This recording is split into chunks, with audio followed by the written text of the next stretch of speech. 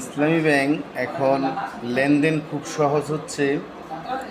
মানুষ এখন টাকা অনেক জমা দিতেছে, তা আপনারা সরাসরি লাইভে দেখতেছেন বিষয়গুলা। এই যে ভাই 1 লক্ষ টাকা জমা দিল।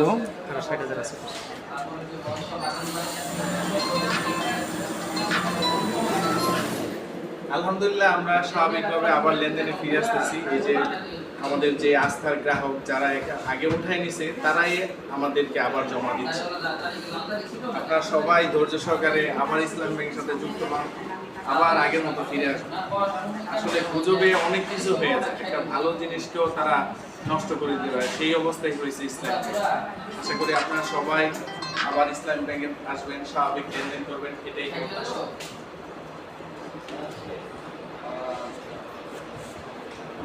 ঠিক আছে।